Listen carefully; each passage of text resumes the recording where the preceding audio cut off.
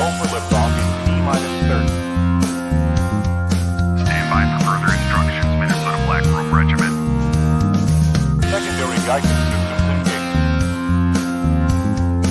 Minnesota Black Robe Regiment, it will be on my mark.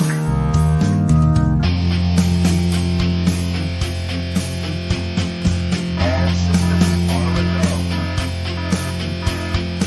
All systems are a go. Minnesota Black Robe Regiment, you are over the target. You are authorized to fire at will.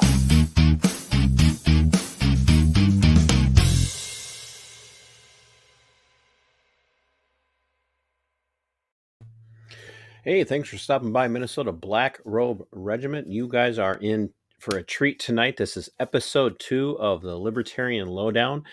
And some of you are like, okay, one, we know who his guest is because we know who Anthony is, but we have no idea who TC is. Well, that's me. And this is the Minnesota Black Robe Regiment podcast channel. It's kind of turned into a thing here lately. I've got a couple of different series and I'm really enjoying them. I got my Monday Night Musings, which TC and Friends Monday Night Musings, and then I have this Libertarian Lowdown. As most of you know who tuned in for the first episode, we had Spike Cohen on. He euphemistically refers to himself as the bronze medalist in the last presidential election. And so and I made connection with Spike, same reason that I made connection with Anthony through my friend Travis Bowl Johnson, who is a independent libertarian now running on the legalized marijuana platform in Minnesota. I'm so confused. I have so many friends that do weird things. But anyway, Bowl helped me make this connection as well, and we'll get to that in just a second. Make sure you're checking out the coffee. Minnesota Black Robe Regiment Muhlenberg Roast.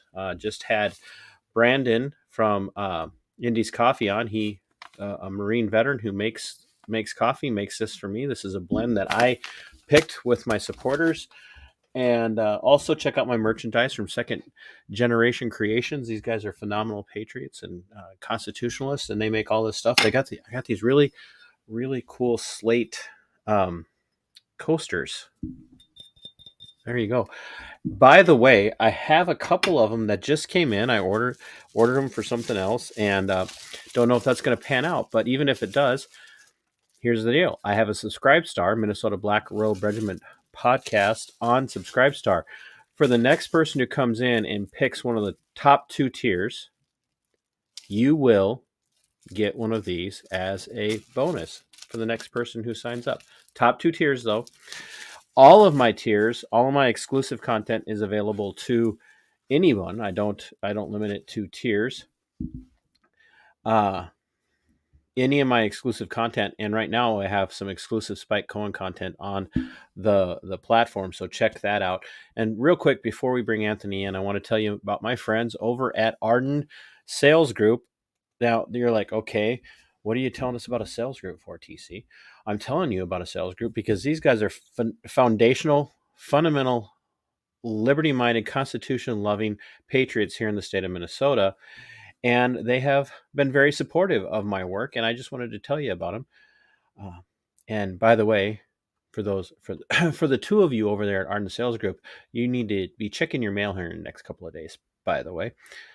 Arden Sales Group puts together a simulators package for your home. Now, I'm not a golfer, but they do offer golfing at different phenomenal golf resorts around the country, right in the comfort of your own home, which here in Minnesota is phenomenal because we only have 2 seasons in Minnesota, mosquito season and winter. And so if you want to play some of the best golf courses in the world, you can do that. But my fan base is going to love the fact that they have a laser firearm simulator, and it varies. You can actually do tactical training, close quarters combat, speed drills. So if you're in the market for something like that and you don't plan on leaving your home at all now because of gas prices, you can save on gas and you can go buy from Arden Sales. So go over to Arden Sales. It is ardensales.com. Check them out. Tell them TC sent you. It won't get you anything, but it'll make you happy.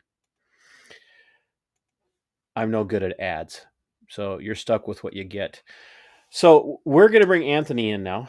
And one of the first things we're going to do is we're going to get him to tell us an embarrassing story about Bull. And then Bull's not going to be able to respond because he's in the chat right now watching.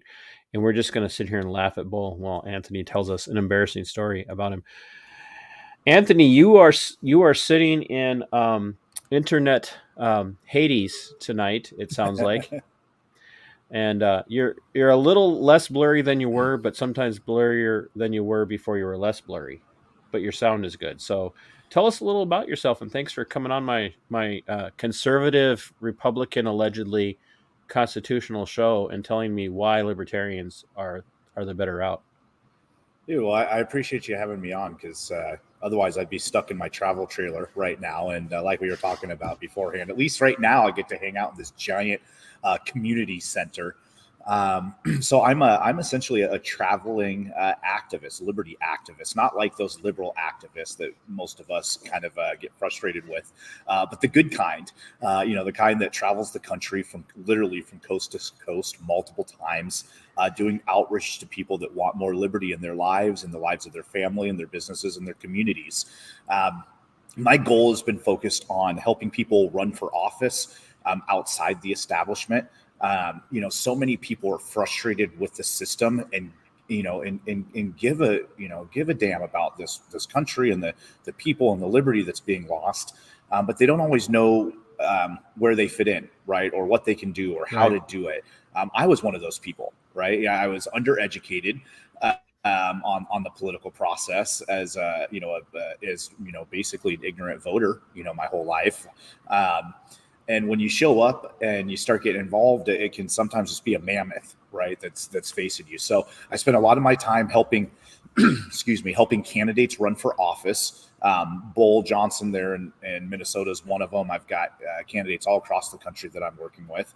But I also spent a lot of time working in the streets, meeting people where they're at. As I said, I travel the country full time in a tiny house, a little travel trailer. We call it full-time family life.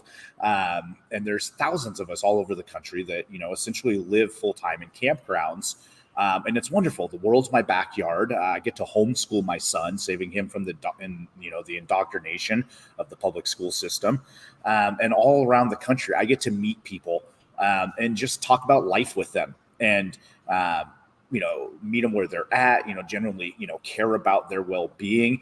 And oftentimes, in any average conversation, things you're struggling with comes up, right? And I think in many situations, a lot of those things are exacerbated by government, and it gives me an opportunity to talk about solutions that'll make people's lives better. So it's been an incredible journey. I worked for Spike Cohen. I was his tour manager, and I ran for office in Washington as well. I got a whole bunch of votes, not enough to get stuck in Washington though. So now I get to travel the country. And I actually currently work for the Libertarian Party of Florida, actually as a contractor, helping them grow their party outreach and, with a heavy focus on creating liberty, right? Not just politics, but like using the political apparatus to create liberty in spite of whatever government's going to do to us, because we all know they're going to keep coming, and we got to find ways to get the heck you say. Yeah, that's a dirty word, to think that they're going to keep coming. But we also have to face reality. I have some pretty strong opinionated philosophical views on life, but I also understand the reality of the world we live in. So I'm kind of one of those odd libertarians that's a little bit of everything. I view myself as both radical and pragmatic. I view myself as a constitutionalist and an anarchist, in a sense that I can appreciate the history of this country and the things that were intended to be built, right, and trying to get things as close to that as possible, while also believing in things like no king but Christ, and that I have one ruler and it's not man. So, I'm just trying to do my best to help people. I want to ask first about your campaign in Washington. What office did you run for there? Yeah, I was a super popular, sexy position called insurance commissioner, something everybody knows about. So obviously, I picked the thing that the media was going to, latch onto. Yeah, I think we just lost Bull too. I think Bull just faded away on that one. I think Ball's like, that was boring. So Yeah, insurance commissioner is a statewide position in Washington, and it's one of the highest elected positions in the state. And there was a career politician, 40-year Democrat, sitting in that position, and I was highly qualified for the position. Unlike him, who had never worked a single day in the insurance industry, never underwrote a policy, never filed a claim, never did anything for anybody in insurance before his Democrat buddies put him into office. And we didn't win, but we did set record vote totals for a Libertarian in what we call a three-way race. That's where there's a Democrat, a Republican, and a Libertarian on the ballot. When it's just a Republican and a Libertarian, or a Libertarian and a Democrat, it's pretty consistently seeing between 30 and 35% in a race like that. Same thing for an independent, right? As long as you're not the other guy, right, you can pick up votes from everybody who doesn't have a candidate in the race. In a three-way race, though, you actually have to go out and earn votes and change people's mind, because they don't intentionally vote independent or third party. It's abnormal for them. So we got 324,000 votes in Washington, which at the time was, as far as I'm aware, one of the records, if not the record. But most importantly, while even in losing, for a third party for a third party race, at a statewide election, that's actually really impressive. We focused the campaign on providing solutions, even if I didn't win, right? Because I knew that winning was going to be a little bit of a pipe dream. I didn't run with the intention, or with the belief that I couldn't win. Like, there was a pathway to success, and it just didn't happen. But knowing that we might not win, I wanted to travel the state of Washington, and I did full time for a whole year with my wife and at the time, my 4-year-old. And we did meetings and rallies all over the state. I was one of the most active candidates in all of politics, all across the country. But what we did was we go out there and we gave people solutions to make their healthcare cheaper, to open up ideas for them to have better medical care, to help them save money on their car insurance and their home insurance. Because I knew if I didn't win, I still wanted to leave an impact on the community and make their lives a little bit better. And we did that. So winning comes in many forms. That's one of the things I teach our candidates. It's identifying what your goals and your intentions are for being a part of this movement, and making sure that you're maximizing your time and your output and your energy and your effort, I think is really key to actually winning, this battle that we have going on right now. I want to touch on something. So you identify, and I even almost hate using that terminology. You identify as a Christian anarchist, and some people there again, Spike and Matt on Muddied Waters Media, of Freedom Media, they have in their tagline, one of the things is anarchy, and a lot of people within the Republican mindset, even strong conservative, constitutional, liberty-minded Republicans, hear the word anarchy and they kind of, they freak out. It's actually, to be honest with you, it's one of the reasons why I wanted to start doing this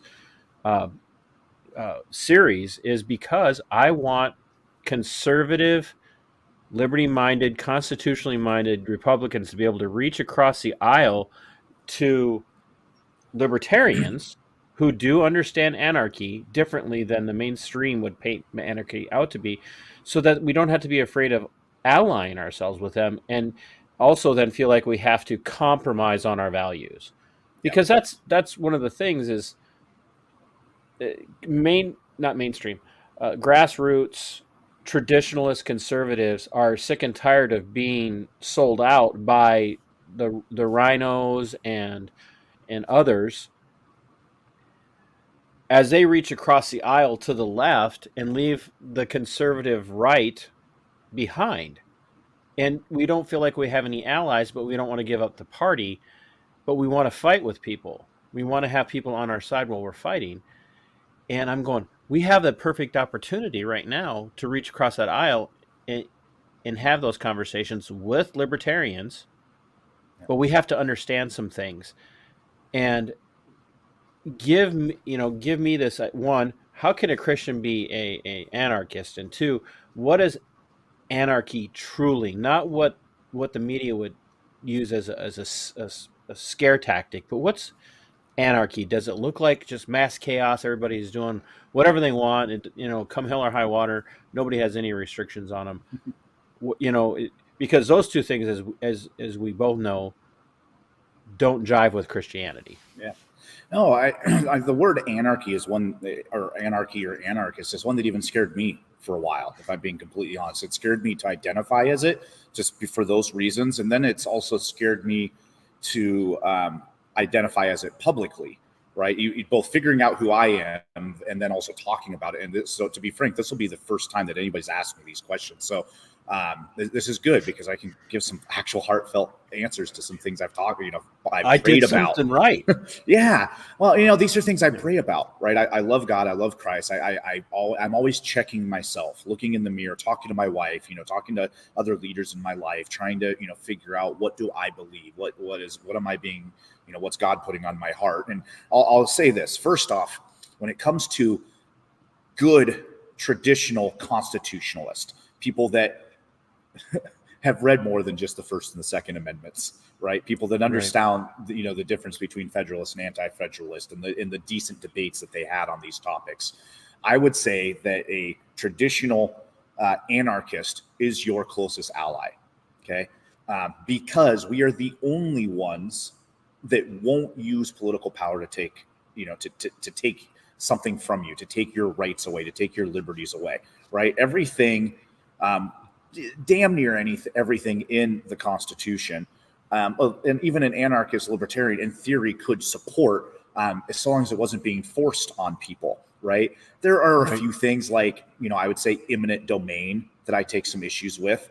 I do also take some concerns with government controlling ports of entry, and we've seen that issue rise with COVID and traveling, and it's one of the reasons why I don't support things like driver's licenses and vehicle license tags and stuff, because eventually those levers of power that they're using to, reasonably, quote unquote, keep people safe will always inevitably be used in ways that it shouldn't be.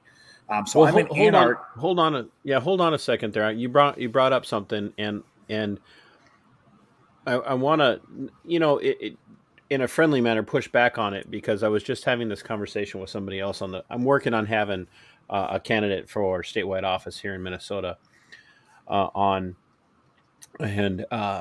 we had a preemptive conversation today, which I don't do very often. I like to do most of these long form convos cold, without. I mean, I dig into a person, but I don't have. Well, you live in Minnesota, so you're used to being cold. Touche, sir. Touche. I will have you know that we get all the seasons here, except we don't get like Arizona heat. We get hotter than Arizona heat, but we also get the humidity that they get down in Tennessee. So when Tennessee's at 95 degrees with humidity, we're normally at 95 degrees with humidity. But then we also have mosquitoes. But the problem is our mosquitoes, they don't hibernate. They just grow fur in the winter. Ugh, gross. And fly around. So I mean, I might be exaggerating a little bit. Anyway, where was I heading? One of the things that came up in the conversation with this candidate for statewide office today was the idea of sovereign citizens, and you brought up a point that is a very common sovereign citizen point, which is I shouldn't have to have tags on my vehicle. What differentiates you from the weirdos that we see who are literally like just spouting gibberish? I'm not driving, I'm traveling. I'm like, okay, moron. Like, that's a distinction without a difference. And I honestly, I've run into one or two of those types on the internet, right? Or maybe one or two of those types at an event. But honestly, the whole sovereign citizen movement isn't something that I'm educated on. A lot of my belief system really just comes from organic life experiences and my own prayer and worship time and and things of that nature. I can say this, that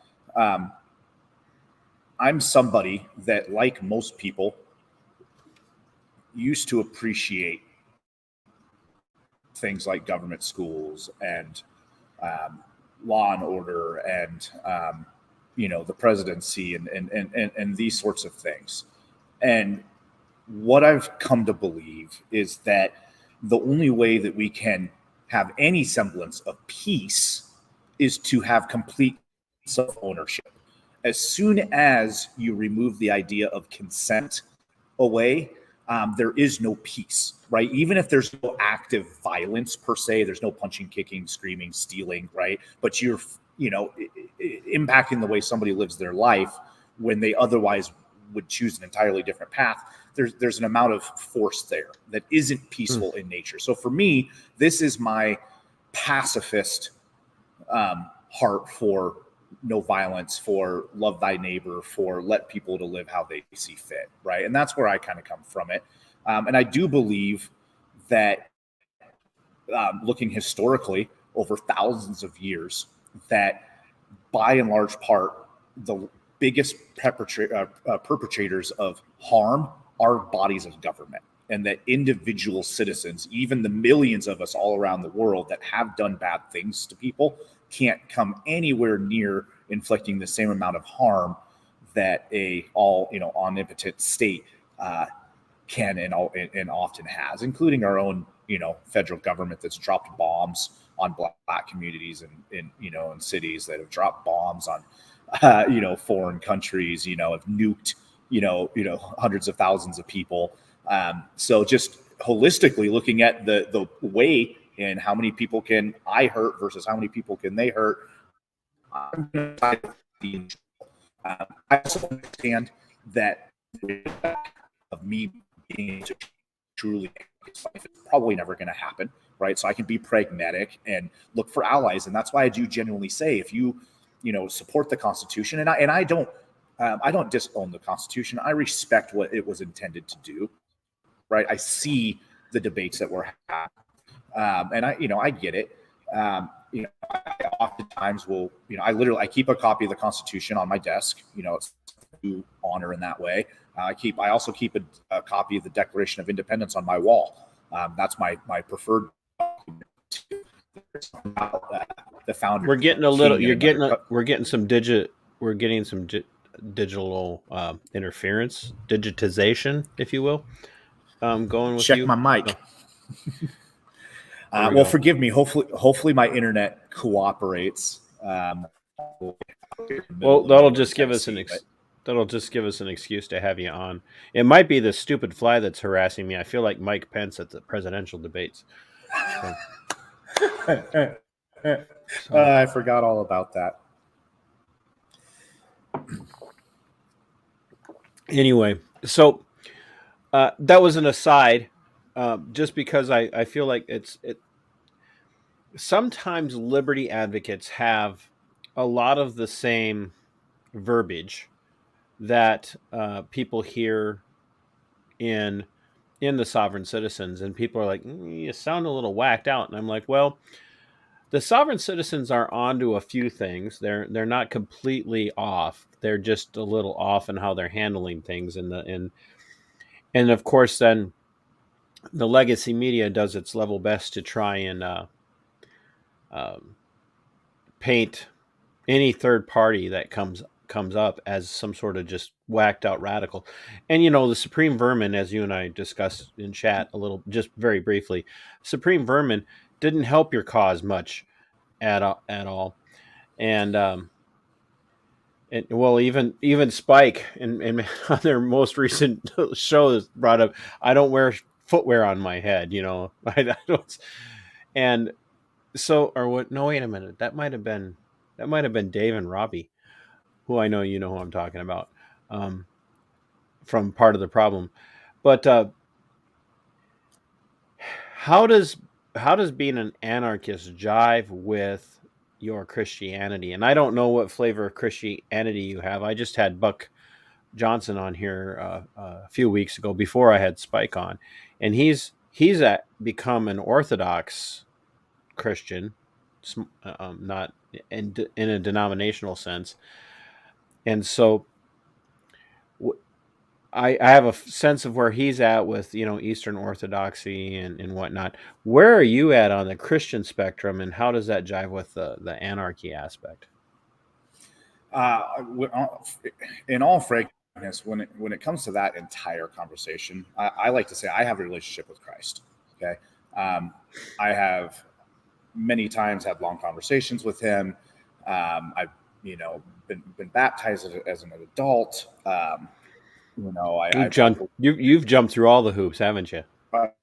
Yeah, I have, but I wouldn't say I prescribe to any orthodox, in any way, shape, or form. In all frankness, and frankly, I probably couldn't even name more than a couple of them. My wife tends to be a little bit more into that side of the conversation. I guess the easiest way to say it, she's more book read. I'm more street bred, right? But for me, it's really just the idea that you can have rules without having rulers. Okay, that we can have values like do not steal, right? Do not what's your non-aggression, your neighbors, right? And these basic principles of liberty, I believe, are the equivalent of free will, right? So for me, when I talk about liberty, one of the reasons why I like to do this sort of activism versus preaching or religious outreach, Bible thumping or whatever, is for me, talking about liberty is talking about God's greatest gift, right? That God gave us this free will, and He gave us a very short list of things that we're not supposed to be doing, right? And thou shalt not murder, right? We don't need a government body to tell us what is right or wrong in that sense, right? So for me, I don't need to have a government that is forced upon me by others, right? That doesn't share the same religious values I do, or moral values. And the idea of trying to get an entire countries full of people, even a small country, to all agree, again, is inherently going to cause friction. And I don't believe that is really the correct path, right? I don't think that that's the most peaceful path. So with that said, on the land I hope to buy someday, there's absolutely going to be a government on my property, right? It's my wife's rules. It's my rules, right? This is our property, and we're going to live by those rules. And so will the people that come, live on our property, whether they be there temporarily for a visit, or we let people, stay for vacation or come live with us permanently, right? And we will run those, our property, with godlike views and intentions, to where we, want to serve others, more so than ourselves, right? And all the things that we know are important to humanity and showing people God's love.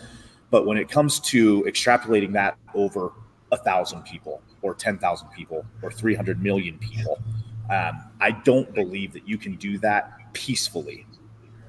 And that for me is why I don't believe that necessarily a government is necessarily what God and would have intended, right? He might want us to submit to authority, and there's some doctrine in the Christian anarchist circles that would say that would have a different opinion on that text, like any religious text. But just because, like, even in the Constitution where it says that that you could do this, doesn't mean you have to do it, right? God, I believe's intention for all of us is to simply live under His 10 commandments, to serve one another, and for it to just be that. I don't believe in my heart that He intended for pages and pages of rules and regulations and forced governance upon people, and that the more peaceful way to turn people towards Christ was not through the act of government force, and it's whether through human action and caring for one another. But that's interesting. That's an interesting point, and just to be fully upfront with you, like I try to be with anybody once this part of the conversation comes up, is I'm like kind of reformed, Calvinistic. I believe in, which ironically is I believe in a bonded free agency, if you will. Like, yeah, you're an NFL superstar. You have the free will to go to any football team that will take you.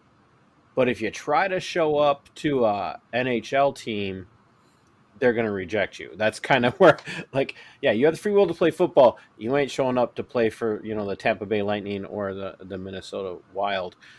or the Dallas Stars. I mean, seriously, Dallas has a hockey team. But anyway, Yeah. it's just weird. Like, or Tampa Bay even. Um, so, like, what do you guys know about ice hockey? Like, so it's interesting that you bring. Oh, wait, the few subscriber or the few watchers we had were like, oh, they're talking theology. I'm out of here. I think this is very important though, because in the libertarian movement, and I say movement because it's a party, but it's also a movement. Mhm. And if we were paying attention to what happened this weekend at the convention, were you there? No, you couldn't have paid me to be there. So if you're that's an interesting comment coming from a libertarian. Yeah, I'm not even a party member. I help the party. Where Right. on projects that I think bring value to the community, and I'm lucky to be in a position that does that. But I am not a card carrying party member anymore. So I like I've got. that though, because I'm not a card carrying Republican. I was actually like, how old are you, Anthony? I turned 38 in a month and a half, I think. Yeah. Yeah. So I actually got out of the Republican Party probably right around the age of 35 or 37, because of the direction I saw it going, and I just didn't know what to do about it. But I used to be the vice chair of my county party, and Same. and so I'm kind of politically homeless, even though I do tend to vote down the Republican line. But where was I going with this? This is why I like doing free form, long form conversations, because it just gives me an opportunity to really embarrass myself. Well, it's a heck of a lot better than mainstream media interviews where, you get what should be a 5-minute interview, and they give you 45 seconds and then they actually cut it down to 12 seconds of airtime. So you're Right. already doing better than the legacy media.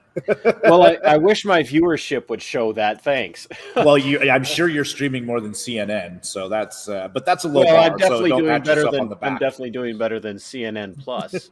So, um, I guess where I was going with this is that I'm much like you. I'm sure you paid attention to the Libertarian convention this weekend. Oh yeah, I couldn't. Every time I turned on Facebook, and I even blocked the word Reno on Twitter for the last 3 months. I was like, so I only saw a little bit on Twitter, but Facebook didn't have that functionality. I didn't find. A friend of mine from the Twin Cities, Matt. I can never say. He's got one of those really Kowalski. weird. You know Matt? Yep, I know Matt. Yeah. Oh, great. I'm working on trying to get Matt on. Matt was there, and he had Smith on for just a blurb, and Smith predicted a liberty takeover of the party, and they did it.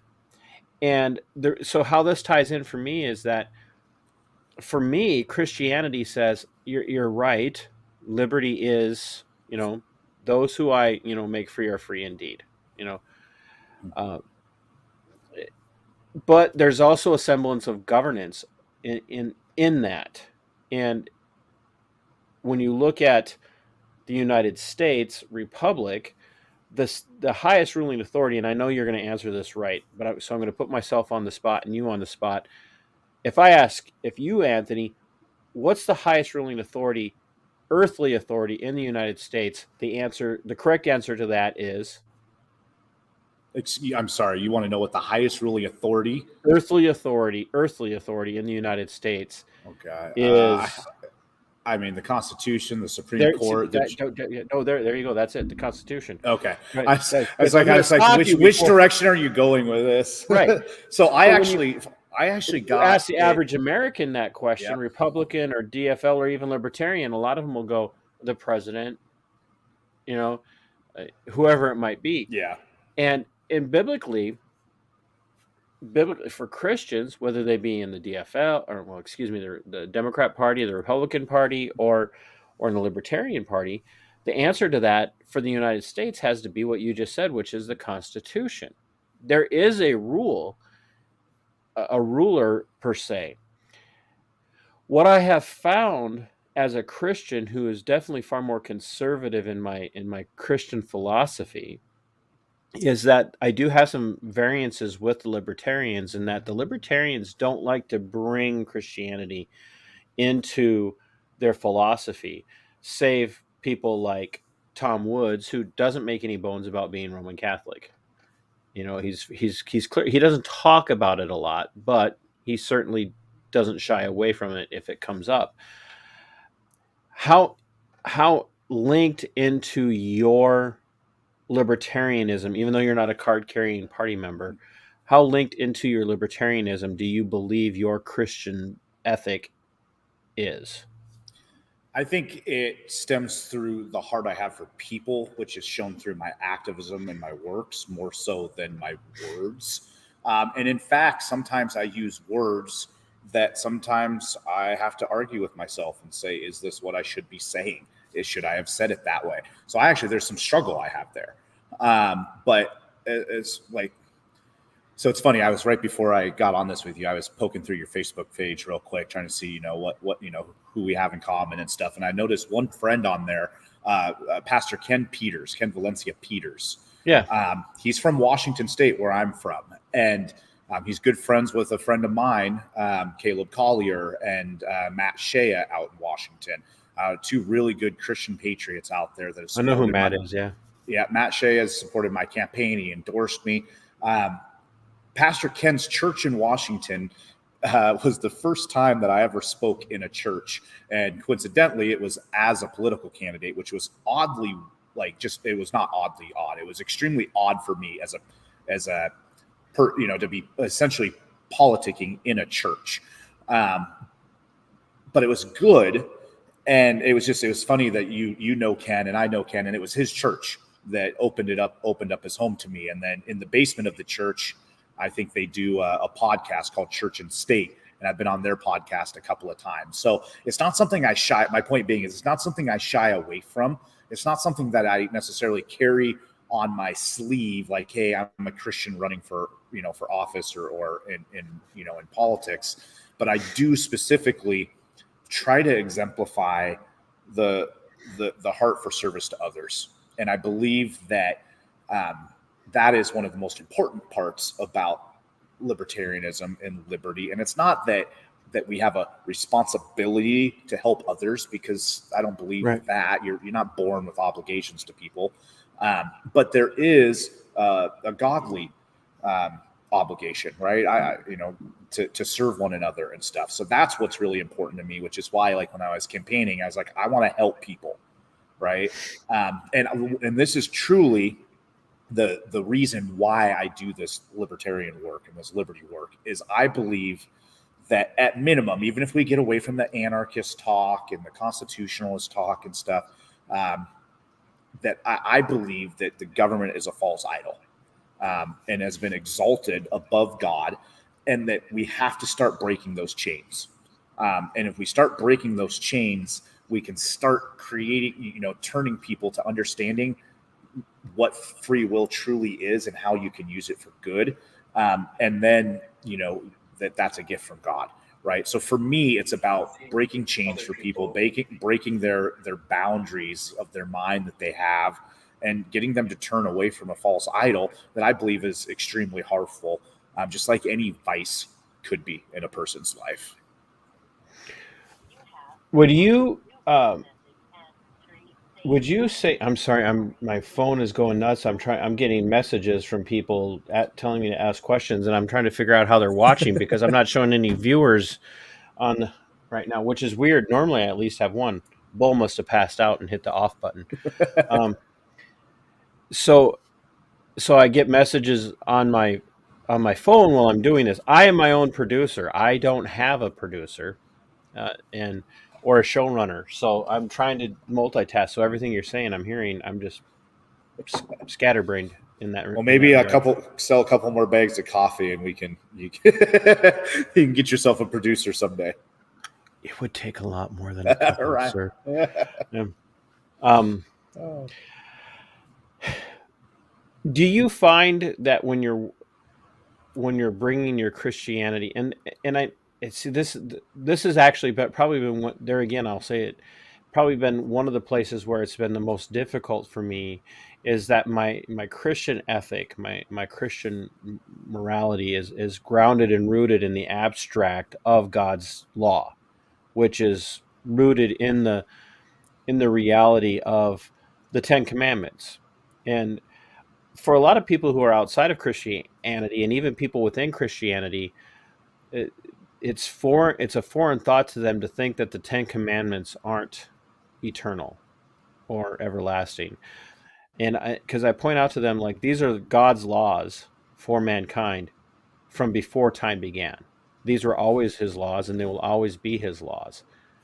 And so when I look at the issue of, say, something like abortion, within libertarianism, there are varied views on how you handle abortion, and I've been diving into a lot of libertarian podcasts and conversations, and some are like, yeah, it's murder and it should be illegal. Some are like, well, everybody has the freedom to choose for themselves, because it's, for a woman, it's her body, and she has that right to make that decision. And others are like, no, it's strictly a state's issue because we're constitutional, we're libertarians, and that's the way it should be. And I'm saying, look, if for libertarians, if non-aggression is really a principle, which is kind of a bedrock principle for the Libertarian Party, Yep. if non-aggression is truly your principle, you have to oppose abortion. And I've run into some pushback in face-to-face conversations with some libertarians because of how they're defining life. Yeah. And I really struggle with that, which is, there again, I can work with a lot of people. I can stand next to an atheist when we're talking about liberty and embrace liberty issues. Mm-hmm. But it's been the thing that I think has been a sticking point for a lot of Christians when looking at a libertarian option, is how are you going to handle an issue like abortion? Well, interestingly enough, the Libertarian Party this past weekend at the convention actually deleted its entire abortion plank. So it's just no longer there, right? And it's because it has been a source of sore argument for many years in the party for exactly the reasons you stated. Now, personally for me, I've literally probably talked about it once or twice. Well, I've got another first. I got you on air talking about it. So. Yeah, for me, I have a lot of different opinions about it. Okay, I believe life starts at conception, right? I believe that you're killing another human, right? If you're, intentionally, trying to, end a life that's in you, right? That is where my heart is on the subject. I've also prayed about it many times, and God's basically told me to shut my mouth and to let him handle it. That is not what he has me on this earth for, right? That he wants me to be providing solutions to make people's lives better so that abortions are less desired, right? So that we can turn more people to Christ so that he could be their solution, not, medical procedures that would otherwise not be necessary, right? So that is not a political dodge, okay?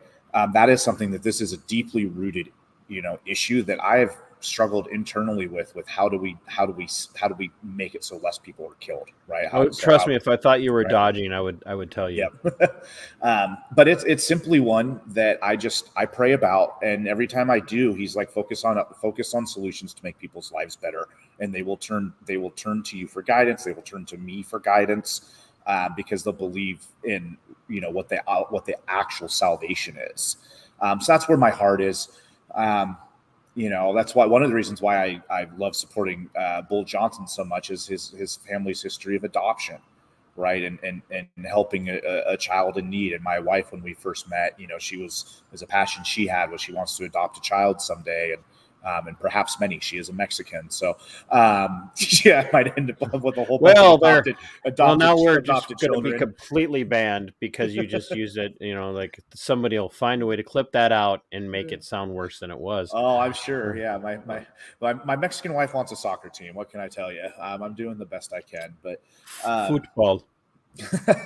But so for me, it's just about what can we do to make everybody's lives better. And frankly, I oftentimes, and I think this is one of the reasons why I turned to libertarianism, is ever since I was a kid, I've often been the guy that can see other points of view, right? And I inherently then become the kind of the devil's advocate type, where I'm asking questions to the contrary. And even when it comes to like this topic of abortion and libertarians, I oftentimes look at both sides and be like, you're making completely valid points, you know? So for example, one on the other end of the spectrum, right? I believe in medical freedom, right? Vaccines, the right to not inject yourself, right? The same levers of power that are forcing people to get injected with vaccines, with pharmaceutical drugs, are the same levers of power that would be used to access to women's medical records or access to doctors' records. And we're seeing doctors' licenses being removed because they didn't, because they were writing exemptions for vaccines, right? So we're already seeing and they ban things like medical marijuana. We see in so many different ways where the government uses the power that they're supposed to use for good, arguably, let's say, to stop babies from being killed. They take that minimal amount of power they're supposed to have, and then they screw with everybody else on top of it, above and beyond that. So the power that they've been given to do what's right in the handful of situations they maybe should be doing things, I just don't think they can be trusted with anymore. And I'm not Fair willing enough. to, subject an entire class of people to a failed system that, when we look at things like prohibition, sadly doesn't work. It's That I don't think even trying to do what our heart may want as Christians, I just don't even think that would work from a government standpoint. Which that's is one why of the things I've appreciated about the libertarians that I've heard talking about it, is that the pro-life movement. Now, I'm an abolitionist in when it comes to abortion, but I believe that our efforts could be towards abolition of abortion could be better spent, instead of spending money on legislation, could be better spent on adoption, be better spent on providing for the medical care and the medical needs of women who are facing the idea of having to have an abortion when maybe they wouldn't normally want to, but they feel from societal pressures and from pressures on the left, which tell every woman they should have it. I mean, literally, there are people out there going, "You should have at least one abortion in your life." Dude, I mean, I've the whole heard people. shout your abortion thing is, Yeah, I've heard that does bother me. And so what I've been impressed with is that there are libertarians out there going, look, hey, we don't want any babies to be murdered, but instead of spending millions and millions of dollars of donations on legislation, why not turn that money over to volunteer organizations to fight abortion on the ground, with the kind of that boots on the ground perspective. So I've actually really appreciated hearing libertarians say that, because that's my position. Like, murder is already illegal. Everybody knows. I don't care who you are. You know that that's a baby the moment of conception. I don't need to convince you of that. You just don't like it because it might impinge on your whatever.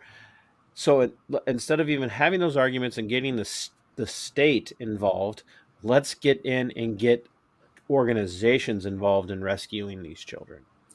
And that doesn't address the heart issues, right? That I think we know need to be addressed. Some of the cultural issues, and it's not going to stop. There's so many things. There's so many things that are broken in society today, in America today, that I think have compound negative effects that create more situations like that. Somebody made a point, and there are actually two things here. Spike made a point. This is one that was interesting to me as a Christian that appreciates medical freedom but doesn't like abortion, right? He said something about, what about when somebody miscarries, right? Are those women going to be looked at as potential baby murderers, right? At what point does a woman not eating healthy during her pregnancy criminalize her, right? Is smoking a cigarette going to criminalize her, right? Is drinking alcohol going to criminalize her, right? Where is that line, right? And is it forever changing? And how do you draw that line for 300 million people, right? So that was an interesting thought. It's just something I pondered on. But then this other thing, I saw somebody probably just randomly commented on the internet probably years ago now. What if all of this time and energy we spent debating should this be illegal or not? What if we spent that time on science to try to make a safe way for a woman to maybe let the baby come out of their body and still live, right? Is there a way to have a quote unquote abortion without killing the baby? Are we 10 years away from that? Are we 15 years away?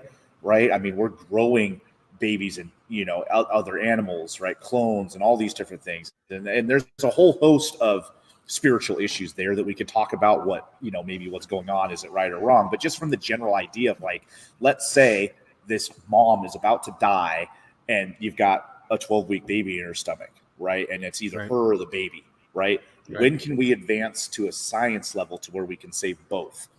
Right. And I would almost rather, again, spend my time arguing about that and praying for holistic solutions to bad problems than using a hammer to basically start a fight that has been going on as long as I've been alive. Right. I mean, my entire life, I've heard the abortion debate. So. Some of the best moments of my life as a Christian have been with other Christians pleading for women to not sacrifice their babies on the altar of abortion, and offering, look, we'll adopt. Like right now, we have families that have the money. We have a church that has the money to pay for all of it. And like literally every woman that showed up at some of these abortion clinics, the church had enough money to it. And so to me, that is far more effective than having turned that money over to the state to legislate that. Because as we know, look around, go back to Uvalde, Texas a week ago today,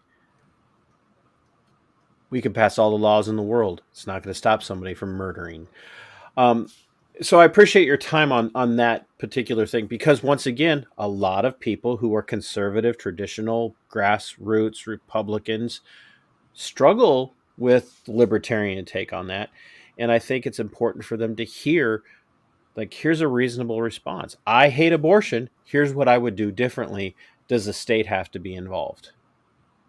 And that's what I hope, and I don't know that I can fix it. That's why I just I give. No, that's you. We're relying on you right now, Anthony, to have all the answers. You have to fix it or it's over.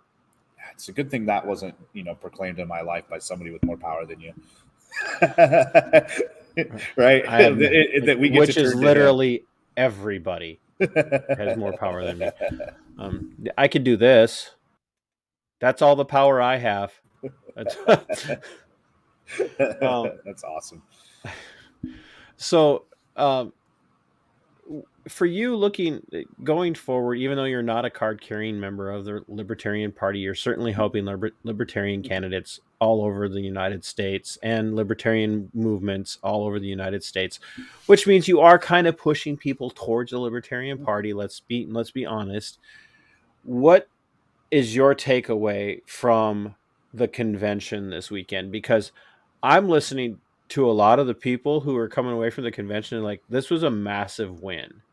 I just was messaging with Bull and I said, oh, so the libertarians went red. and I got an LOL from him. But it's to some degree that's really true, that for a lot of the libertarian parties across the country at their local BPOUs or, their county levels or even their Senate districts and House districts, they have to run a little bit more red to differentiate themselves from the Democrats. And they have to run on a constitutional basis. Well, they're libertarians. They have to.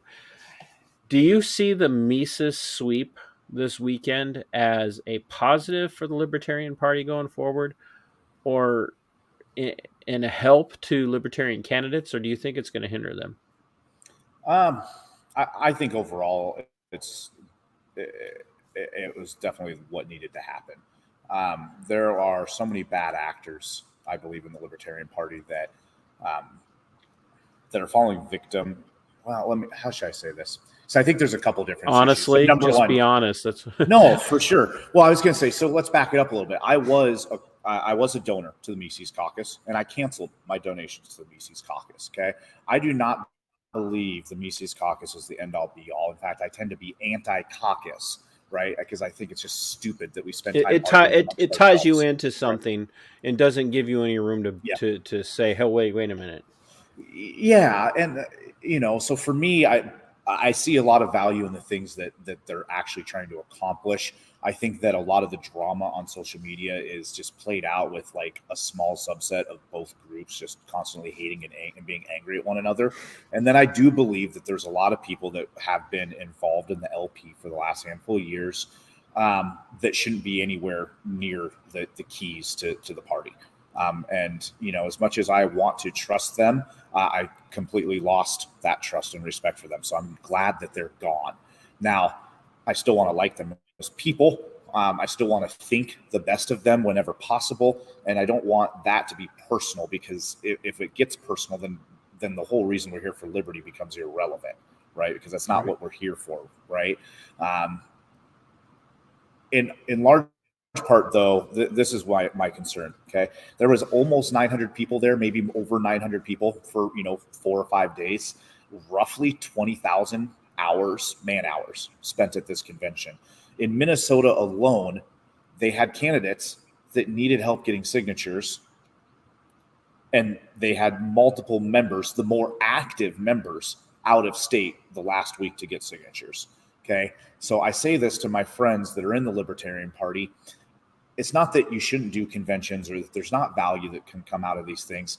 I pray that we can be smarter with our use of time. What we value is important, and that we can make better use of tens of thousands of man hours that go into arguing with one another year in and year out. Because in a couple of years, there'll be another group that's angry with another group, and we're going to go through the same thing again. And I know that because it's happened time and time again in state parties all across the country, in the national party over the years. And I don't think that the Mises Caucus is going to be the ones that stop that trend. I root for the Mises Caucus. I think a lot of their values are good. I think they stood up for the lockdowns and medical freedom this past year better than the national party did at all.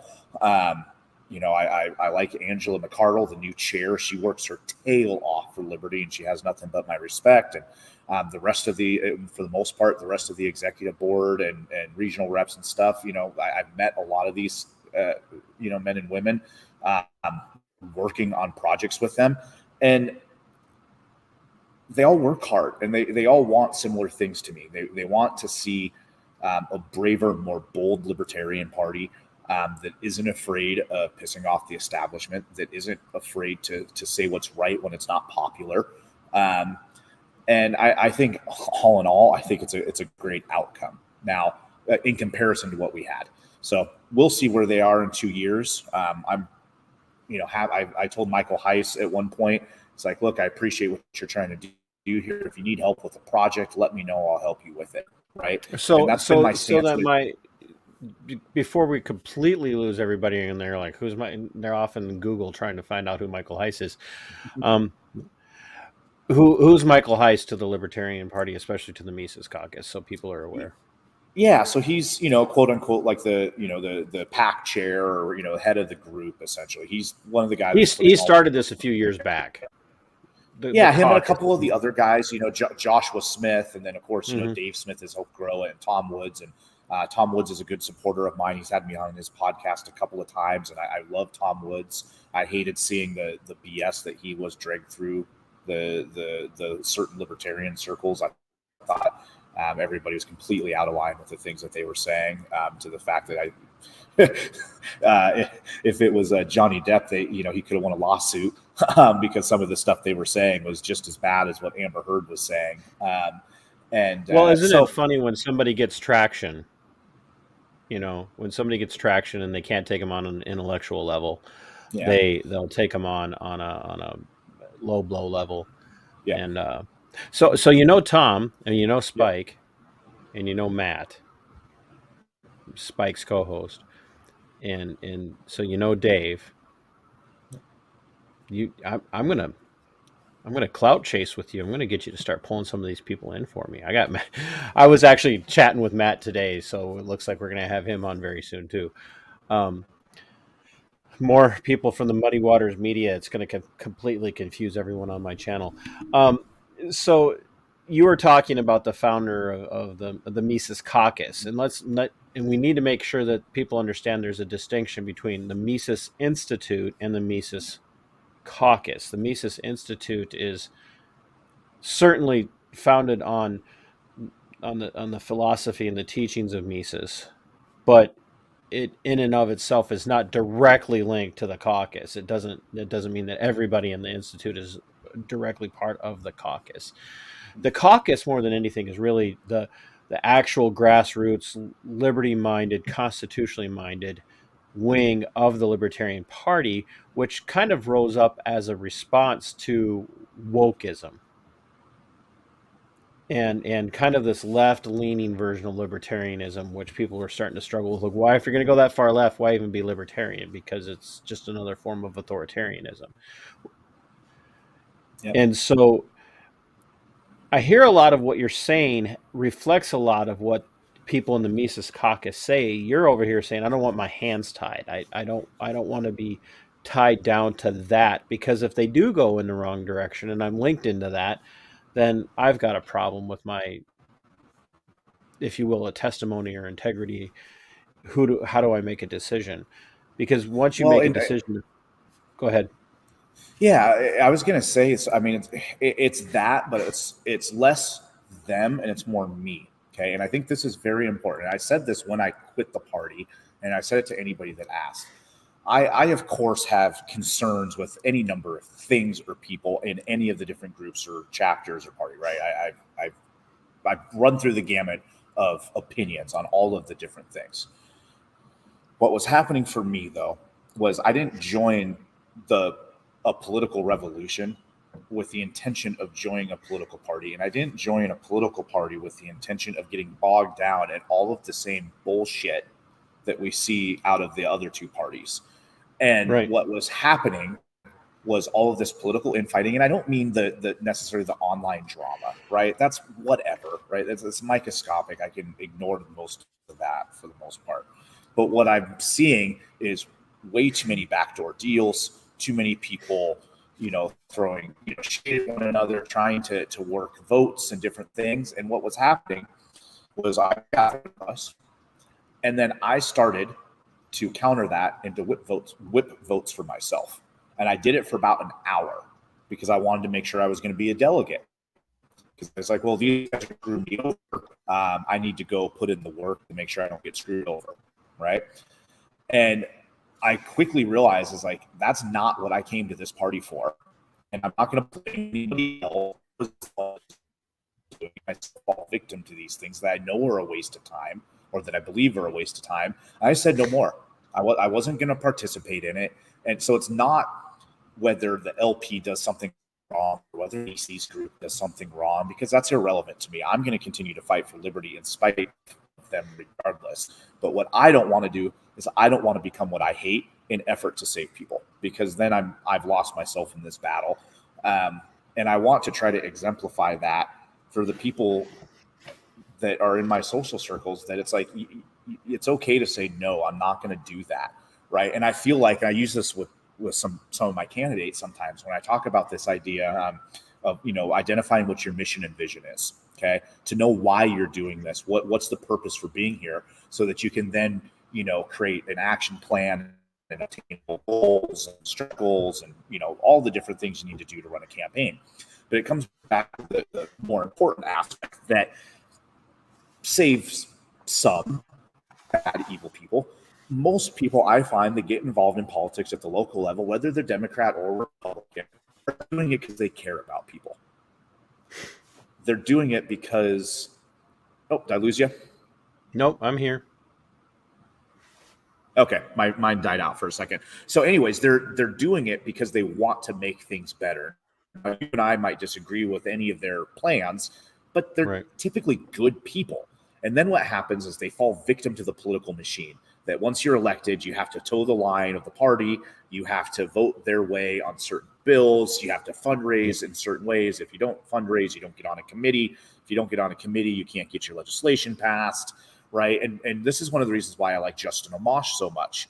When he was on his way out, and he helped start the the Liberty Caucus, right, in Congress. He helped start that. And when he walked away, he said even the Liberty Caucus was compromising its values. And he was talking about the way Congress works, right? The way a bill gets passed, right?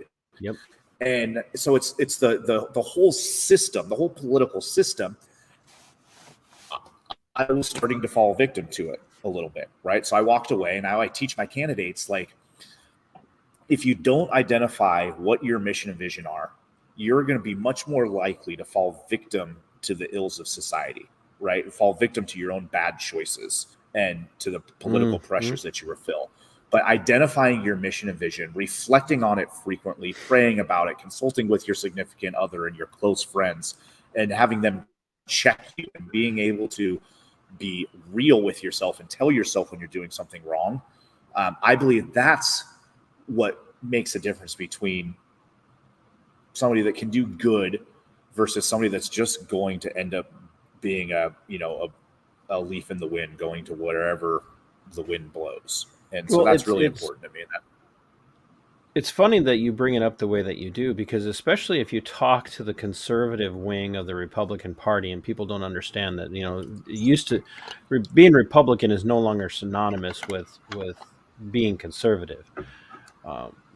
But when you talk to the conservative wing of the Republican Party, like the grassroots traditionalists, the paleocons or whatever, when you talk to them, they're like, I don't recognize this anymore. I don't know what's going on. These people don't look anything like me, and you talk about the shenanigans, the people playing the inside politics.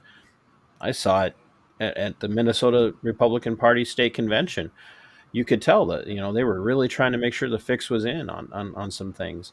And I've got a couple that I'm talking to in one of our congressional districts here. They're like, one of them is in leadership of the congressional district, or in the county. I can't remember which one, but it doesn't really matter.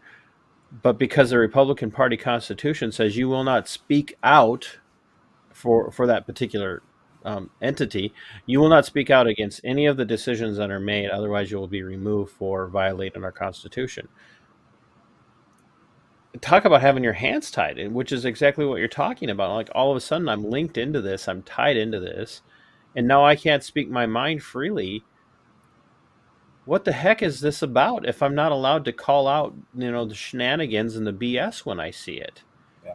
And it's really ideologically incredibly dangerous, because you get so enamored with the idea of being in leadership that whatever that might be, at whatever level, whether it be at the county level or the state level or the Senate district or a House district or in a region, that you become so enamored with the idea of being in leadership that you completely compromise and violate your values to say, well, I'm doing this so I can have an impact. You're not having an. In fact, if anything, you now resemble the end of Animal Farm, which is, as all of the farm animals approached the house that no one was allowed to be in, but the pigs could go in because they had to do business with the people. All the other farm animals are standing outside looking in the windows, and the closing scene is the pigs are all sitting at a table playing cards with the people and the humans. And as they're watching, the pig's face shifts, and they can't tell the difference between the pigs and the people anymore. And I've been saying this about the Republican Party, and I'm saying this generally now across several party lines. You can't tell the difference between the pigs and the people anymore. Yeah. The outsiders are looking in going, you look just like everyone else.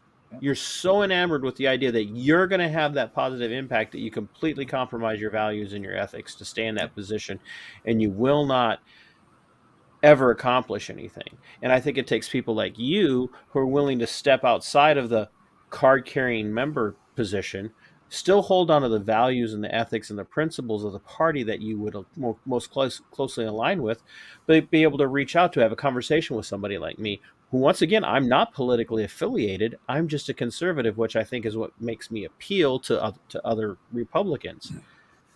And Well, the left is having a lot of the same realization too. I mean, that's why like Andrew Yang has walked away and started the Forward Party. He just tweeted out today that he doesn't miss being a Democrat.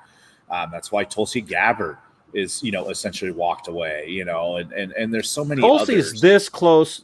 Tulsi is this close to caucusing with people like Thomas Massey. I mean, no, she's House and is he Senate? No, I can't. Is Massey House or Senate? I can't remember. There's Senate. So many names out there. Senate. Yeah. Well, there's so few that are worth remembering, though. Yeah, that's easy for you to say. When it comes to the politicians. Yeah, well, the ones that are worth remembering are sometimes the ones we need to be talking about the most because they're the most dangerous. So, but Yeah. Tulsi's this. I mean, she's this close to caucusing with like a liberty group or a conservative Republican group because they've completely trashed her. The left has completely trashed her and besmirched her character. And she was about the best they had. Yeah, like if I'm looking left, she's the only one, like her and maybe Yang. But in all honesty, I'm not voting for either of them for anything. But a plethora of reasons, but they were the best of the worst. I'm an ex-Democrat, so that's I grew up in Washington. I grew up in Seattle, right? In my teens, you almost have to be a Democrat, right? I think it's like a state requirement, isn't it? It's like, my parents were agnostic. One's probably left, one's more right. My dad's not religious. My mom grew up Catholic, right? But we don't talk about politics or religion, right? So inherently, I was anti-war, and I was pro medical, pro like cannabis and marijuana and things like that, gay marriage. So I was a Democrat, but I didn't know anything, right? I went to public school. They don't teach you anything, so you only get, you're only learning from what the mainstream media is feeding you, right? And for me at 18, that was 9/11, right? So I was getting, you made me feel so old. Right. And so, but for me, it's more about the idea of just walking away from all of it and embracing the idea that we don't need labels. So even like the libertarian L versus big L versus small L, or I'm an anarchist or a minarchist, or right. Like I talk about those types of things, but and it's kind of funky now that I was such a big L libertarian for so long, but I'm really, truly embracing my independence.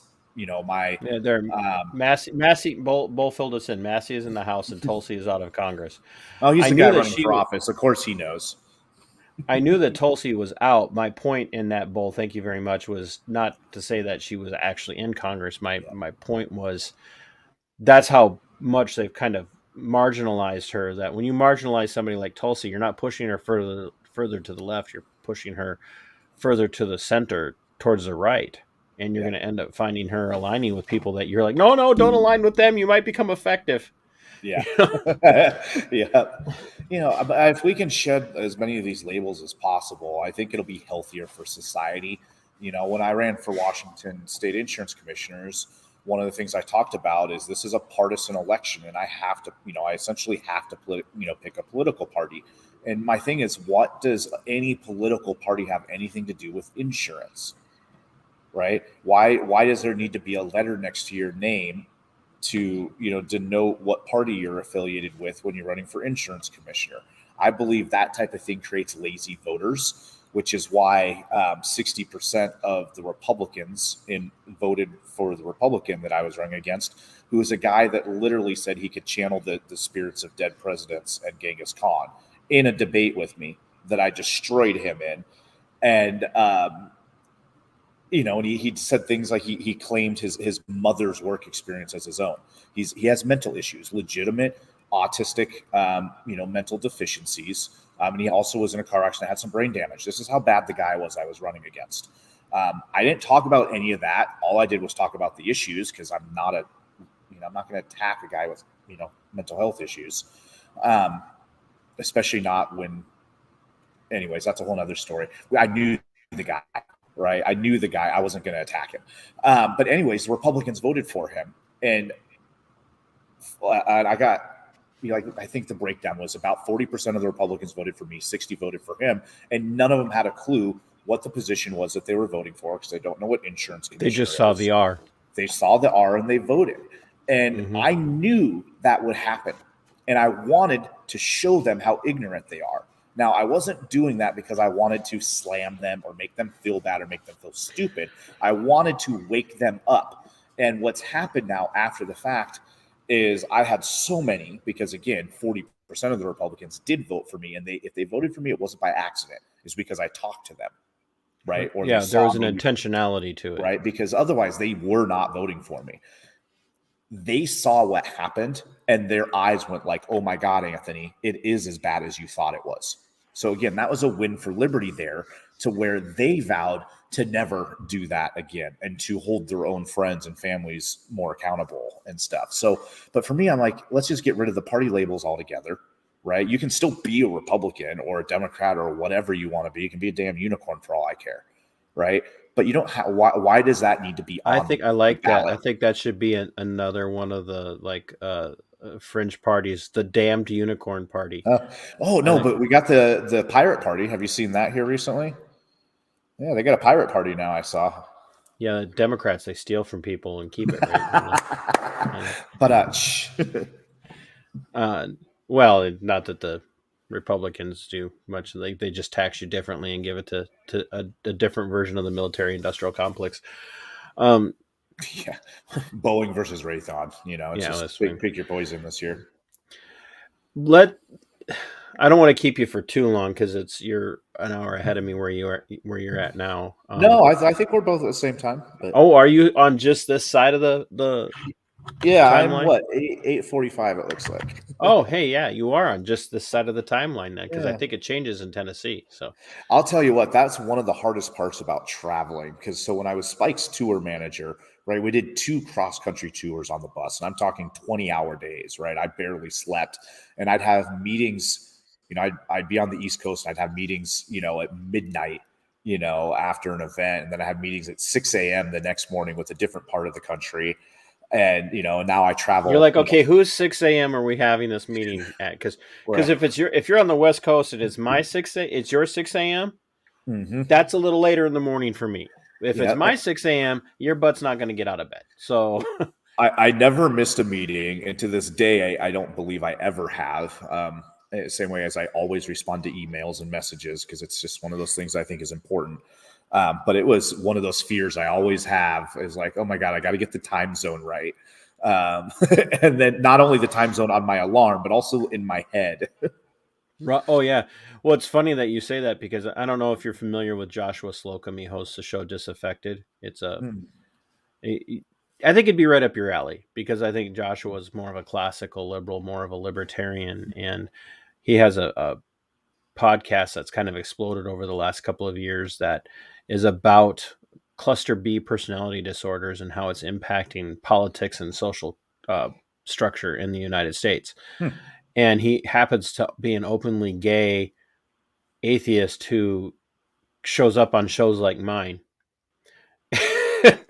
and finds we have a lot more in common. But when we were scheduling, he's out on the East Coast as well. And when we're scheduling, he's like, I need you to be very clear. 7 p.m. your time or my time? And which time zone are these in? And I'm like, okay, I'm central, so I'm an hour behind you. Okay, what's that mean? And that's because Josh was getting old, like me, not quite as old as me, but he's getting old like me. Dude, it picks up. Going into, I think there's going to be a red wave across the United States, even in some predominantly strong blue states. I think we're going to see kind of a red surge, kind of a conservative surge. I'd like to see somebody like Bull be able to take advantage of that. Even though he's running as an independent with the Libertarian Party endorsement. See, this is why I get confused. But he's also got a lot of Republicans that are supporting him. Mm-hmm. And I think we're going to see a red wave, so to speak. I think the Libertarian Party can capitalize on that by staying on that pro-liberty message, but attracting younger voters.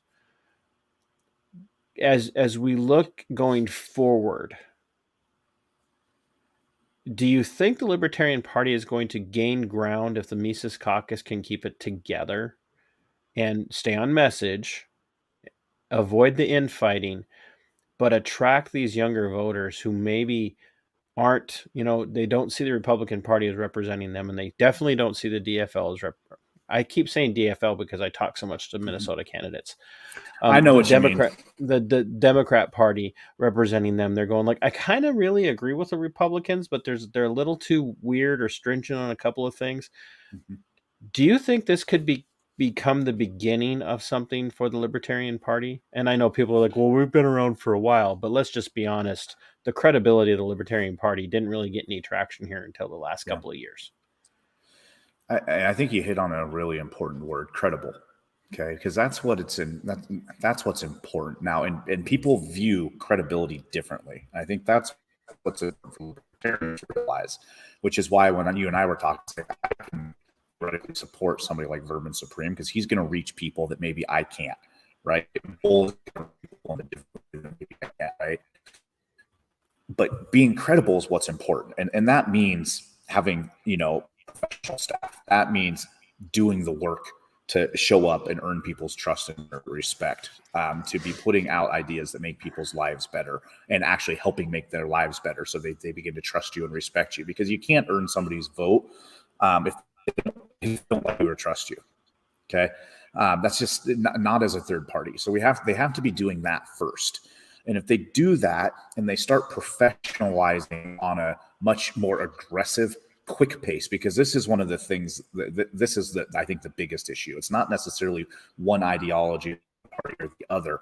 I think it's the lack of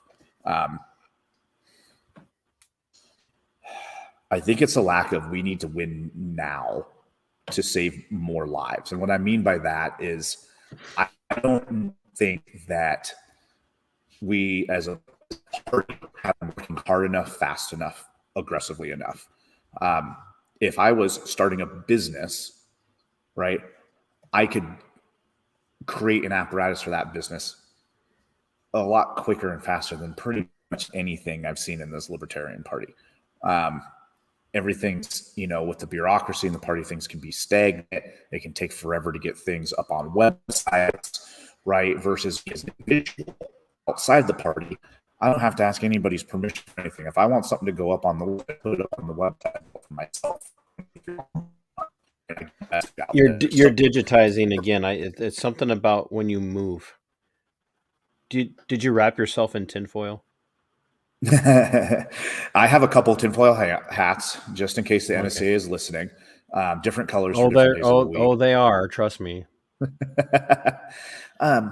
So yeah, I mean, I think if I don't know, I think it could have been anybody. I think that the Mises Caucus has the right focus and the right energy right now. I think that's what's important. They have the right energy to work their ass off. And I think that because they won and they know they have something to prove, that I think they're going to go out and prove it. So I would bet that they're going to do a lot better with membership, with fundraising, with press relationships, with growing social media outreach, with growing, support programs for candidates and stuff. I think they are going to do good at that. I truly hope they do, because I believe that the Libertarian Party is the last chance for any true political revolution. I'm not sold that it's viable, but I'm willing to be patient a little bit longer and see what the Mises Caucus does and if they can turn the party into something. And I think it's the energy is the most important thing. They have energy and they are ready to go now, and I can work with that. So hopefully, you listen to Matt's interview with Dave. Dave's not known for being, beating around the bush, but I mean, that little blurb that Matt put out was very, Dave was like, no, we're going to effing take this over, starting, tomorrow. And you listen to his live show from Part of the Problem from the night before, they were convinced, and they did it. They pulled it off. Now the question is, are they going to be able to get the soccer mom votes? That, are they going to be able to get If those it, younger votes? it just depends on what they talk about. I think they can absolutely get the younger vote. I mean, I think inherently it's easy to reach out to your own social groupers, and that group of people tends to be younger male, 35 younger male. Although there's a lot of females in that group, and there's some older folks as well, or slightly look older. Let's be who polite. I don't want to call anybody old. No, that's fine. Bull's watching. He knows he's old. Oh yeah. Well, he's got more gray in his beard than I do. Although mine was as long as his for a while. But this is the key. You have to reach people on issues that they care about. Okay, and I teach this to Bull. I teach this to all my candidates. Right? It's I can have my top 3 issues. Right? I want people out of I want people out of jail for smoking marijuana. If you're in jail for smoking marijuana, you shouldn't be there, and we should be breaking you out because you're a slave in a cage, and you shouldn't be there. I want to end the CDC and the FDA and the Department of Health, and I want to fight for medical freedom. Those are my 3 issues. Okay, those are the 3 things that are most passionate to me on a personal level. Homeschool laws, things like that. If I go talk to somebody on the street about the things that I'm passionate about, they're probably just going to keep walking. Okay. I'm only messaging about the things that I care about. They're probably not going to reach people outside of my social circle. I want to give an example. One day, so I'm not, at that time, I wasn't a gun owner. And at that time, and I'm still not a vapor. I don't vape, tobacco or anything. I got invited to speak at a rally for Second Amendment rights. I was running for state insurance commissioner. So I went out there and I gave a speech and I did the whole rah-rah thing. Interesting combination right there. So one of the reasons I picked that race is I didn't want to talk about guns and I didn't want to talk about abortion. So I picked insurance, and I still ended up talking about guns and abortion because abortion has mandatory coverage on insurance in Washington, which is atrocious. You shouldn't be forced to buy an insurance policy that covers anything you don't want it to cover. You should be able to pick and choose what coverage you want. And with guns, how about not being forced to buy insurance at all? That'd be nice. I got taxed for 4 years for not buying insurance. It's the main reason I picked that race, amongst others. But anyway, so there was legitimate issues regarding insurance. I went out there, I gave my speech, and then everybody left. All of the politicians, all the conservative patriot politicians, all left. They all went back inside. And 2 hours later, there was a rally for vape because they were trying to ban certain flavors, right, and certain size cartridges. And there was like 100 people that came out and they had their little rally, and not a single person from inside the state capitol came to meet with them. Nobody from the prior rally with thousands of people in the morning stayed for that second rally in the afternoon, except for me. And I didn't have a gun and I didn't vape.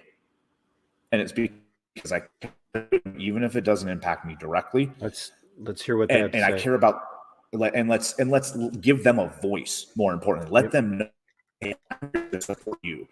And so with the Mises or anybody, right, or any organization, the key here is if you're trying to convert people into your way of thinking, you have to still focus on what they give a damn about. And for example, for me, I'm kind of abnormal in the sense that I've brought countless females into this party. Okay, libertarians tend to be straight white male, right? That's just kind of our thing, right? Young, gamers and neckbeards and guys wearing hats and stuff, right? For them, and we have the stigma of not being welcoming to females, and that our principles don't, necessarily. You picking on my hat? Females, right? Now I'm picking on mine. I'm trying to plug myself here. I'm just joking. But over the years, I have easily 50% following of mine that is female, right? And I've got 10,000 followers on Facebook, a couple thousand more on Twitter and Instagram, and countless more people around the country that I've met in real life, more that I met in real life, thank God. And Twitter is not real life, right? And Facebook's not real life. So this is just a data point, not anything. YouTube's not even real life.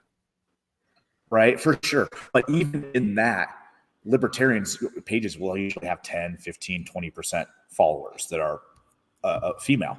I'm at 48%. Okay. And it's because I talk about issues women care about. I talk about their medical freedom. I talk about homeschool laws. I talk about the price of daycare, you know, and you know, ending the tax on tampons and things like that, right? You know, and when you do that and you meet people where they're at, you can win them over. And it's frankly, it's not even hard.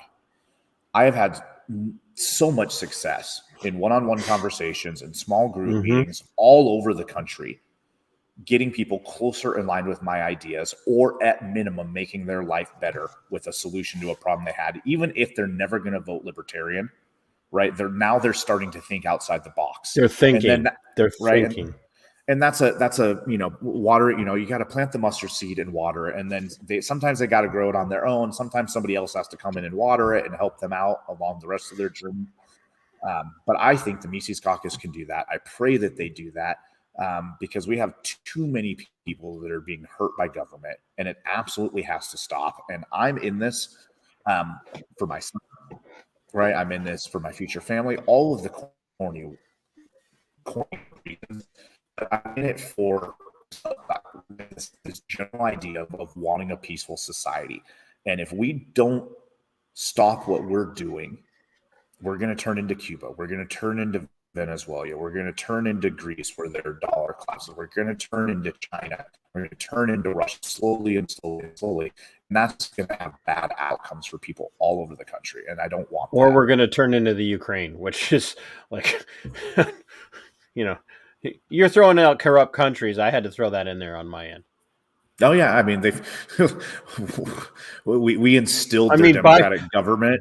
You know, Biden gave us the Ukraine, and now he's trying to give us the Ukraine in the United States. Yeah. So, yeah, and the people in Ukraine are paying the price for, you know, for the things that the CIA and our government has helped create there, NATO, you know, and all these different things. And you know, most people, I believe, probably in Russia and Ukraine, and probably even a lot in other countries like China stuff, they're just trying to live their life. Right? They're stuck under this that don't necessarily know their way out of, right? Even know that they're stuck in something, right? All they know in front of them for 20 years, right? It's just the way, right? Nothing can do about it, right?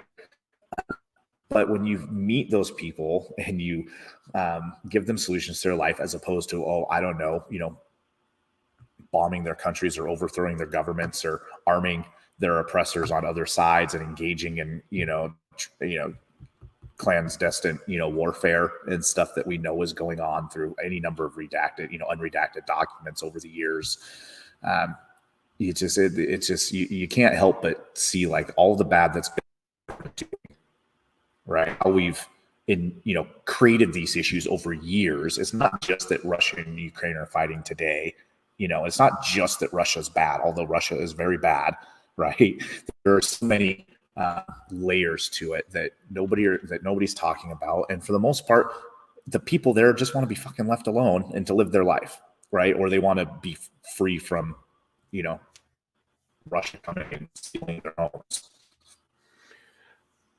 We're coming up on an hour and a half, and I don't know if there's something about they might turn down the flow of the internet at the campground at this time of night, but you're getting a little bit more digitized. Give me a couple of parting thoughts about what you would like to see for Libertarian candidates going forward. What kind, you know, just quick thoughts, you know, if that's possible, and what your plan is to help with that.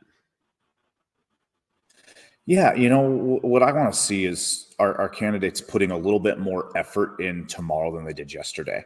Okay, and that's what I want for the entire party, the entire movement, right? This idea of effort and energy level, right? There are people that are dying, legitimately dying right now, right? We're seeing it in the school districts, right? With the shootings, we're seeing it in foreign countries. What we do matters, right?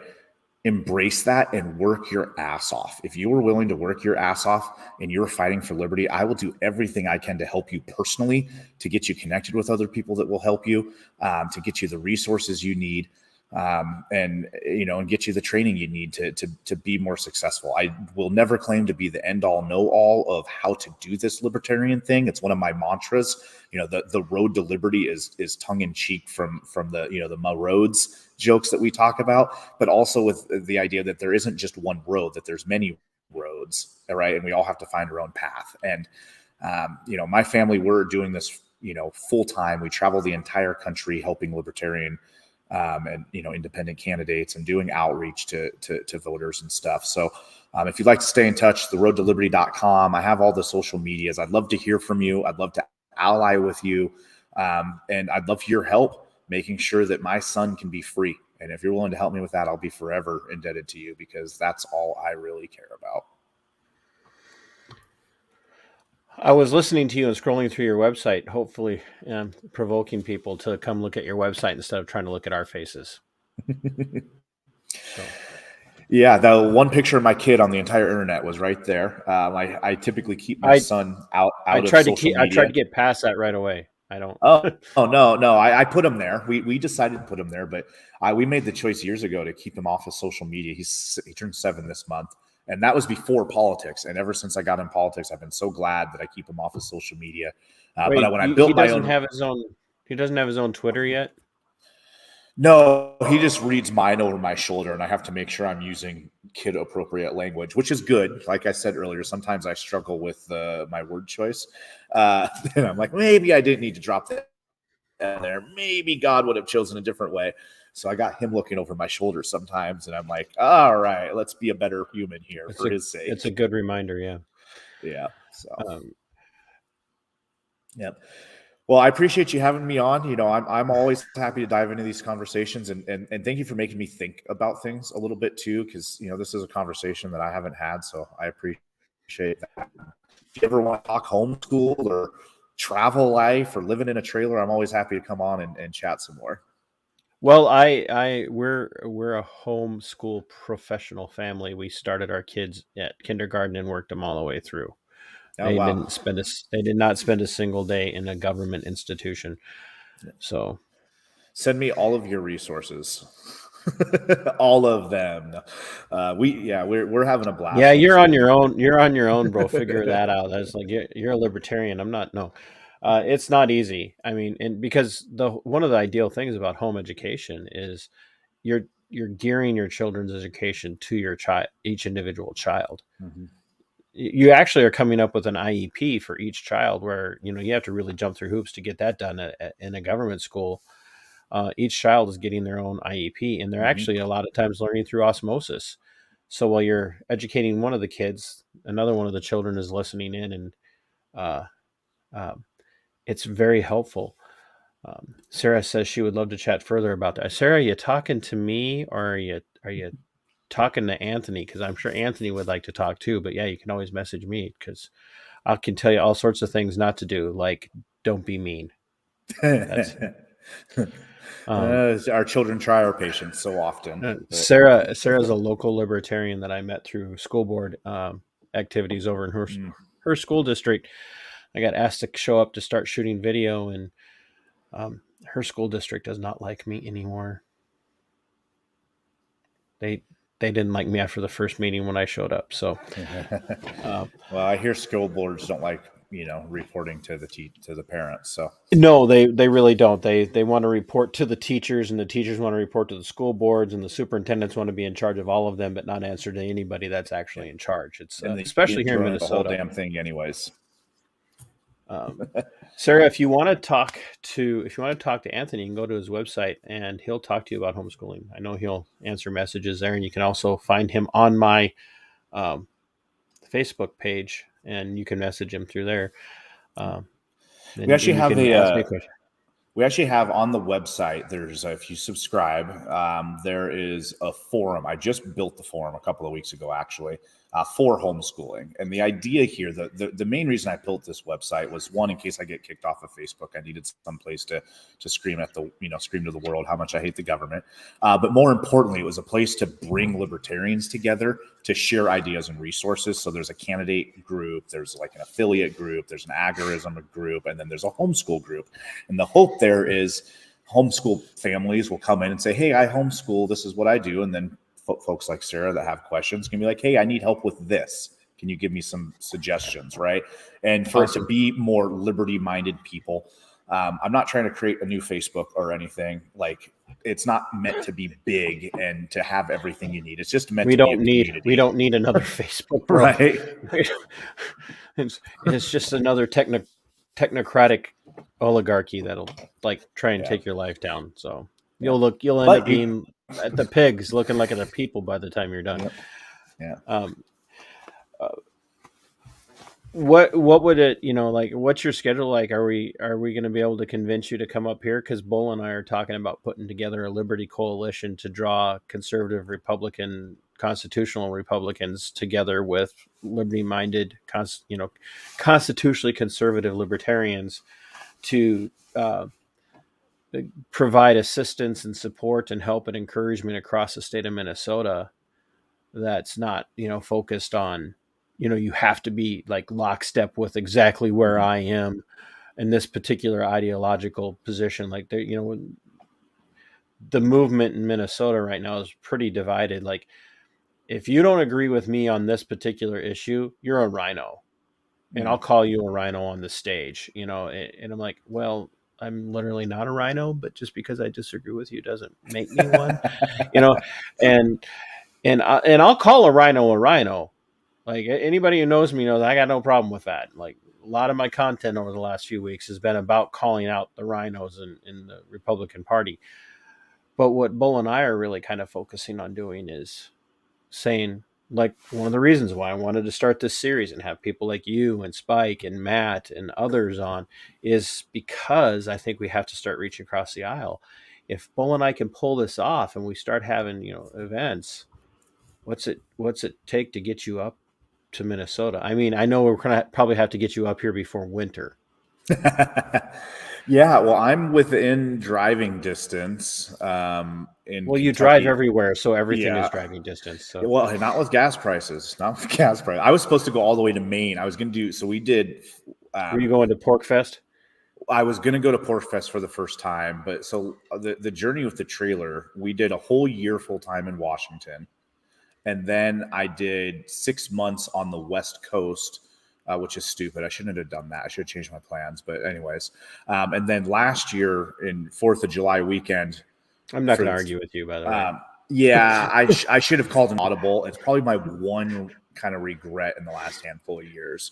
But then we did Washington to Florida cross country, and we stopped in Minnesota for a week, and I helped out Nate Atkins, who was running for Minneapolis mayor. And then I was just up there for the Minnesota convention. But I will be back in Florida here in August and pretty much staying down there for the foreseeable future. But prior to August, so you're going to Florida during the hottest time of the year. We are going to get there right before Labor Day. So I'm going to get the last tail end of it. But you're going to just stay in the South during the hot time of the year. That makes a lot of sense. Yeah. I'm not the smartest.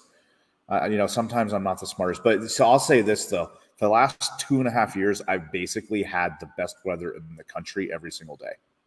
The way that we've traveled, I've basically traveled through different regions at their best weather season. So I've had mid-70s, little rain, little humidity all across the country for the last couple of years. So I'm kind of due for some crappy weather. Yeah, you should not have said that, bro. You should. You're in Tennessee. Okay, so so being from the Northwest, we have windstorms, but we don't have tornadoes. We have earthquakes, right?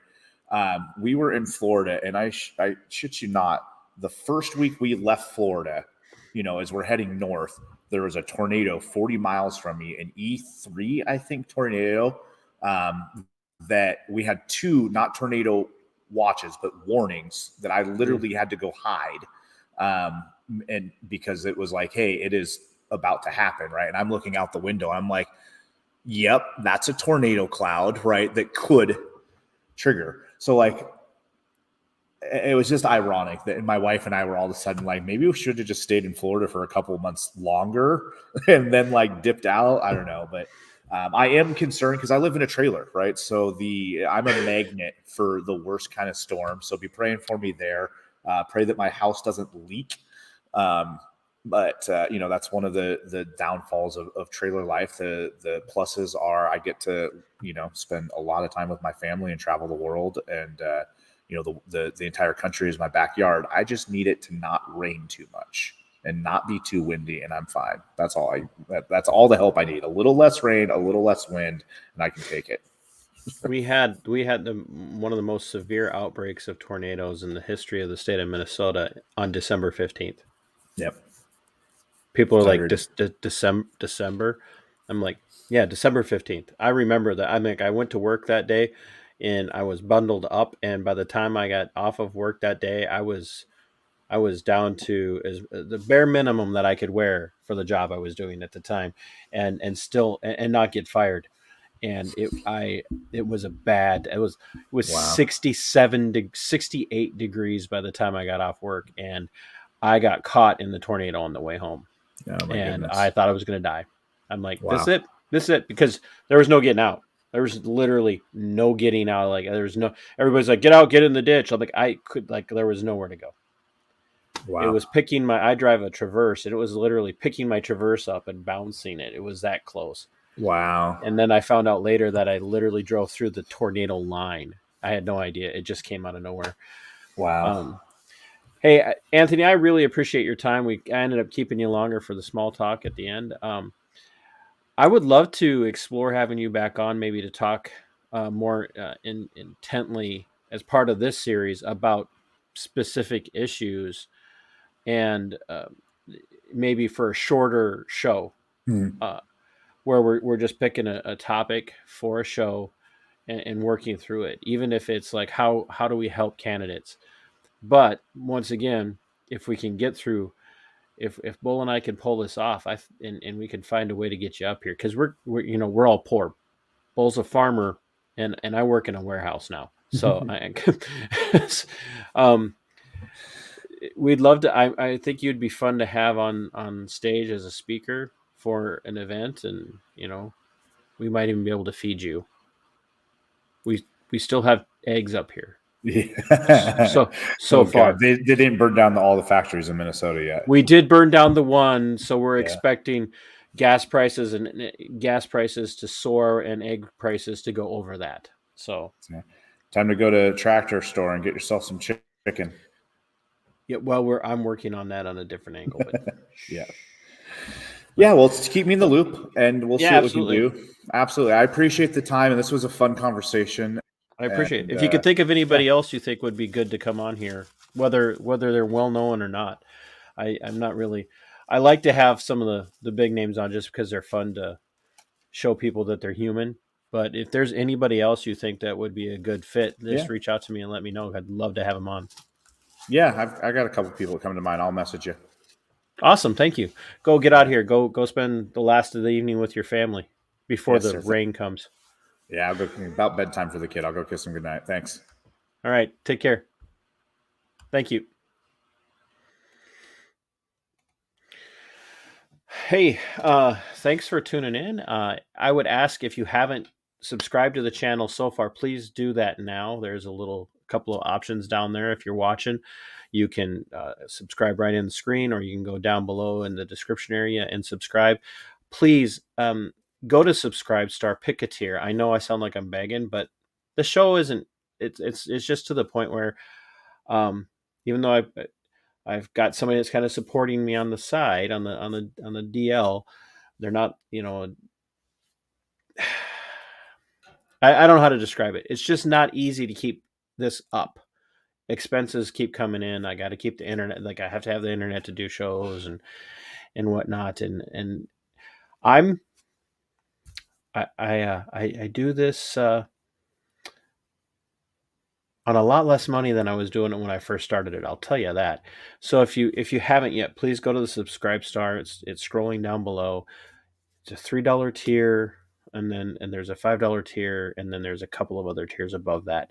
Whatever works for you. Like, think about it. How much coffee do you buy in a month? I know how much coffee I buy in a month. I just drink my own. Anyway, but go to the subscribe star, check it out. There is some Spike Cohen exclusive content there. I'm working on some exclusive content as well from some of the BPOUs that are going to be sharing, people from inside of the BPOUs that are going to be sharing documentation of some of the nefarious things going on in Minnesota. I'm working on a couple of other guests for the Libertarian Lowdown series, so be looking for that. Matt from Muddy Waters Media Show, he co-hosts with Spike. He and I are in communication today to get him on. And I've also got the state auditor candidate for the Minnesota GOP is going to be coming on, and he is solid. We're talking constitutional attorney, and he has really got some really good visions for what he wants to do with the auditor's office, according to the Constitution, according to Minnesota statutes. But he is the real deal. The conversation with him that I had today was phenomenal.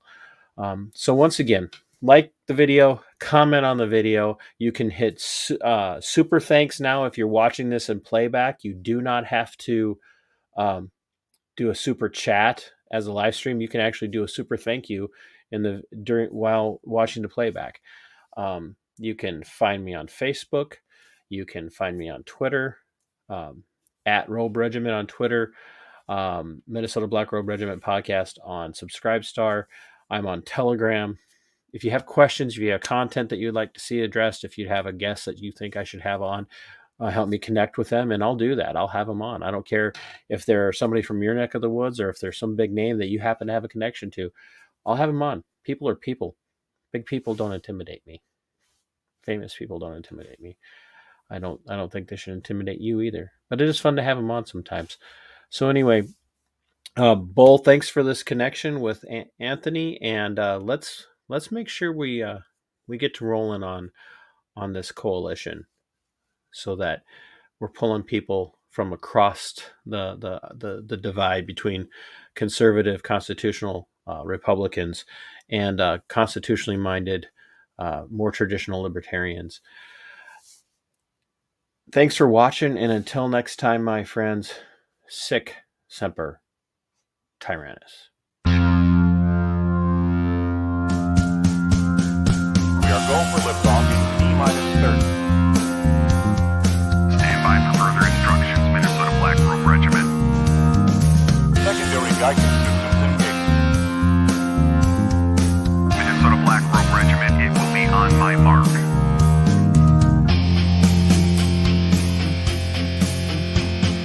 All systems are a go. All systems are a go.